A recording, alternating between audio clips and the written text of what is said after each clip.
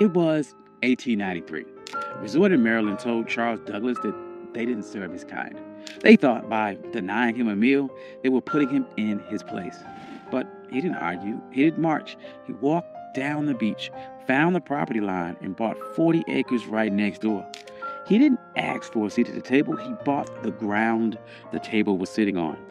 This is the story of how Charles Douglas turned a restaurant rejection into the first black municipality in the state of Maryland.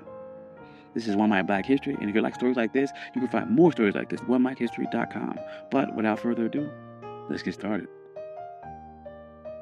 To understand this heist, you have to understand the insult. It was August of 1893. The Chesapeake Bay was the playground for Washington and Baltimore's elite. The system at the time called the place Bay Ridge. It was known as the Queen of Chesapeake. It was a grand hotel, massive boardwalk, and a restaurant that promised the finest dining on the East Coast. Charles Douglas and his wife Laura, they weren't there to make trouble. They were blackocracy. Charles was a high-ranking official at the Treasury Department. He was polished, he was wealthy, and he was a veteran. He walked to the restaurant at Bay Ridge and asked for a table. The waiter did not look at Charles's uniform. He didn't look at his credentials. He just looked at his skin color and said, "We don't serve your kind here." Now, this is the moment where the struggle would usually kick in. The textbook version of this story would tell you how sad Charles was. It would talk about the pain of segregation. But Charles Douglas didn't have time for that. He had a military mind. And he looked around the restaurant and saw white families eating. He saw the owners counting money. And he realized that their business was built on a territorial monopoly. They thought that they owned the prestige of the water. They thought by banning him, they were keeping the luxury for themselves. Charles walked out of that restaurant, but he did not leave the area. He walked down the beach, he crossed the property line, and he stood on the dirt right next to the people that insulted him. He was looking at a 40-acre tract known as Bashir's Farm. It was rugged, overgrown patch of coastline. To the owners of Bay Ridge, it was a waste of space. To the system, it was unimproved land. But to the Colonel, it was the high ground. Charles Douglas knew something the owners of Bay Ridge didn't. The system is only as strong as its borders. Bay Ridge was a fortress of whiteness, but the walls ended at the property line. If Charles could control the land right next to them, he didn't need their permission to exist. He could create a parallel world that Jim Crow laws of public accommodations could not touch. See, in 1893, separate but equal wasn't even legal doctrine yet. That would not happen for another 3 years with Plessy versus Ferguson. But the private property doctrine was already ironclad. The law of the land said that a man could do whatever he wanted with the dirt that he owned. Charles realized that public space was a trap. If you relied on the public to treat you fairly, you were a beggar. But if you owned the private, you were sovereign. So he went to the owner of the 40-acre farm, a man by the name of Daniel Bashirs. He didn't ask for a favor. He brought money. He offered him $5,000 cash. In 1893, that was an astronomical sum. It was roughly the equivalent of about $175,000 in today's money. But the strategic value was worth millions. Bashirs took the money. He signed the deed. And on that day, the Queen of Chesapeake lost its monopoly.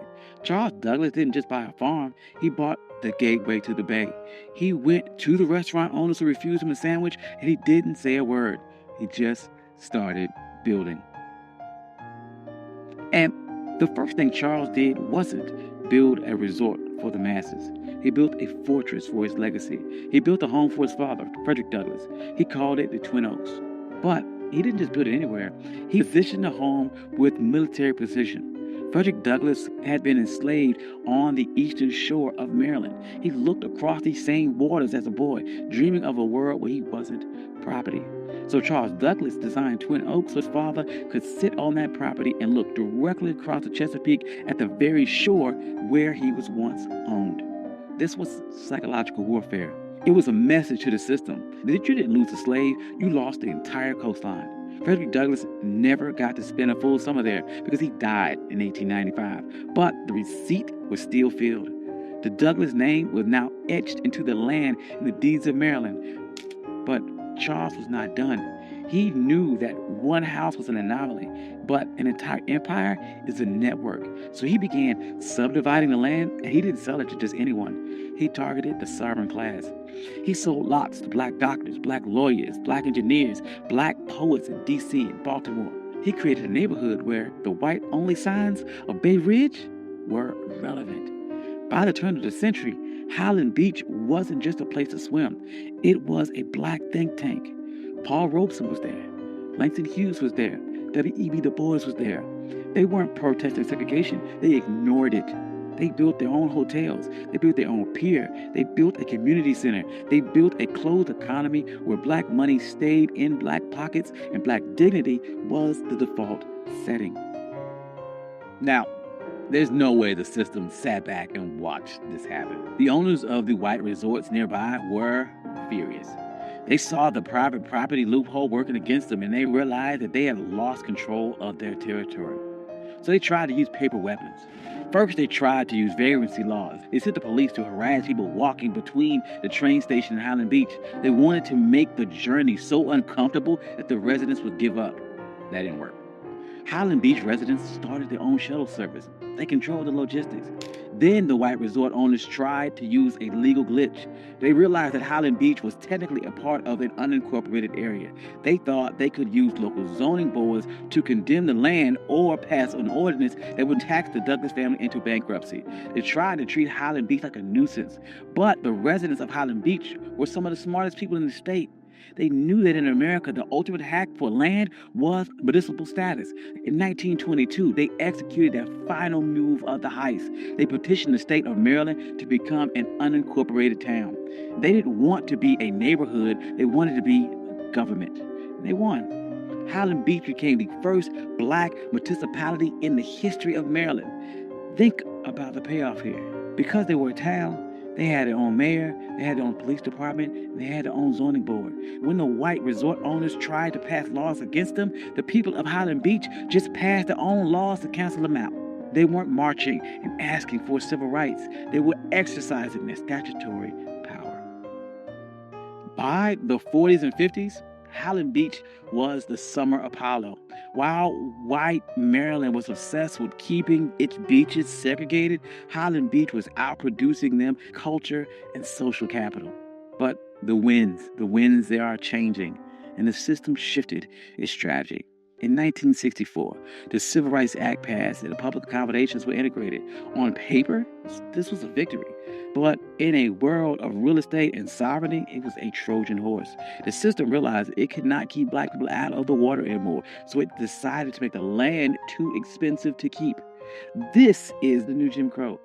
As white developers realized that coastal property was the ultimate asset, they began using tax assessment and eminent domain and environmental regulations to squeeze black families off their land.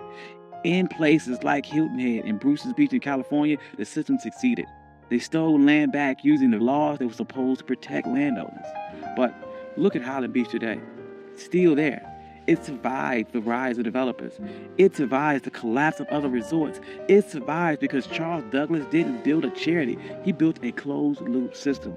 The residents of Highland Beach understood that the land wasn't just for lounging. It was for continuity. They passed these down for generations. They created trust. They created a black culture of holding the line. During the Civil Rights Movement, we get caught up about the seat of the lunch counter.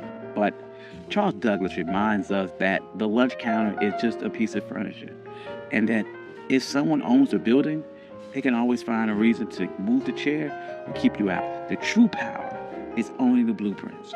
Charles Douglas was told his money wasn't good enough for a meal, and he didn't waste a second trying to change that with his mind.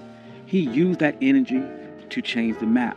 He proved that when the system closes the door, you can't keep knocking till your fists are bloody. You can buy the hallway. You can buy the entire building. You can buy the entire beach. You can buy the ground that it sits on. And today, Highland Beach stands as a reminder that we aren't just laborers in the American story. We are the engineers of our own exit. Thank you. This is One Mic Black History.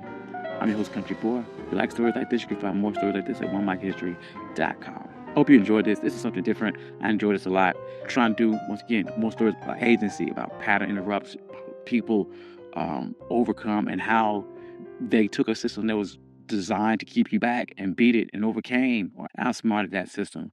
Hope you enjoyed that. I'd like to thank all my day ones. You guys are amazing. Thank you guys all for coming out. Like, financial contributors. Oh, yes. And if you don't see your name here, please reach out to me. I'll add your name. I'm sorry. I love you all. Peace.